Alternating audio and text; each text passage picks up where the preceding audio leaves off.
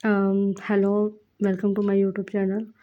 हम यहाँ पे ना जो आपको मैं बताने लगी हूँ ना वो है कि न्यूज़ रीड हम किस तरह करते हैं फॉरेक्स मार्केट में।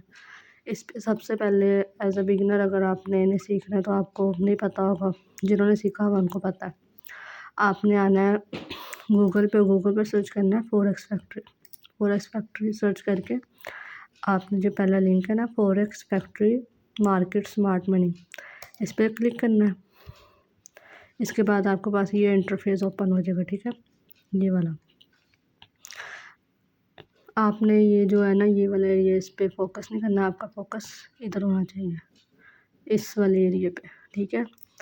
यहाँ पे डेट वाइज न्यूज़ अवेलेबल होती है, देखें आज दिसंबर की, फिर डेट, फिर टाइम, फिर करेंसी पेयर, फिर इम्पैक्ट, ठीक है,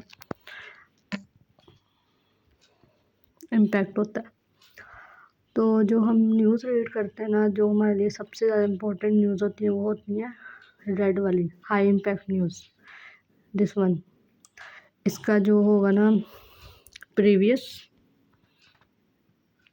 और फोरकास्ट बहुत इम्पोर्टेंट होता है, जो भी इधर अवेलेबल होता है, ठीक है।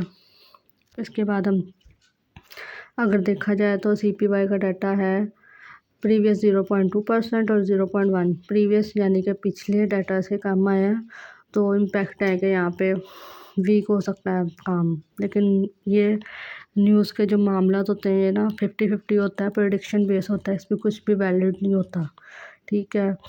बाकी जो न्यूज़ ट्रेड करना वैसे भी नहीं चाहिए, कुछ लोग करते हैं वो उनकी मर्ज़ी है।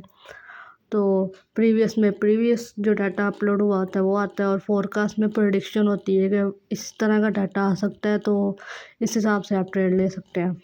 लेकिन ट्रेड लेना नहीं चाहिए न्यूज़ पे, बाकी हर किसी की अपनी मर्ज़ी होती है, बस इतना ही होता है।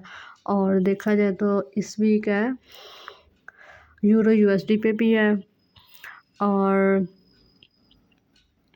USD पे जो सबसे ज़्यादा इम्पोर्टेंट न्यूज़ होती है ना वो USD की होती हैं सिर्फ, ठीक है। बाकी पेयर्स की भी होती है लेकिन USD सबसे ज़्यादा इम्पैक्टफुल न्यूज़ होती है इनकी ना। और इनमें जो है ना रेड इम्पैक्ट न्यूज़ है, कितना ज़्यादा पेयर है। एक न्यूज़ अगर टेंटेटिव हो गई है, वो कभी उसका शेड्यूल चेंज हो गया। अब ये जो न्यूज़ है ना देखा जाए तो USD जब स्ट्रॉन्ग होता है ना, गोल्ड और बाकी सारे पेयर वीक हो जाते हैं, वो सब सेल में चले जाते हैं। और जब USD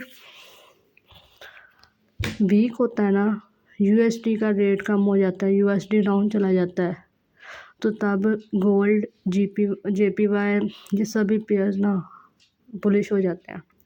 सबसे ज़्यादा इम्पैक्ट गोल्ड पे पड़ता है इनका, और कहीं भी नहीं पड़ता। बाकी भी स्लाइटली से होते हैं बुलिश, लेकिन गोल्ड ज़्यादा बुलिश हो जाता है USD जब वीक होता है, और जब USD स्ट्रॉन्ग होता है तो गोल्ड सेल की तरफ चला जाता है, सिंपल।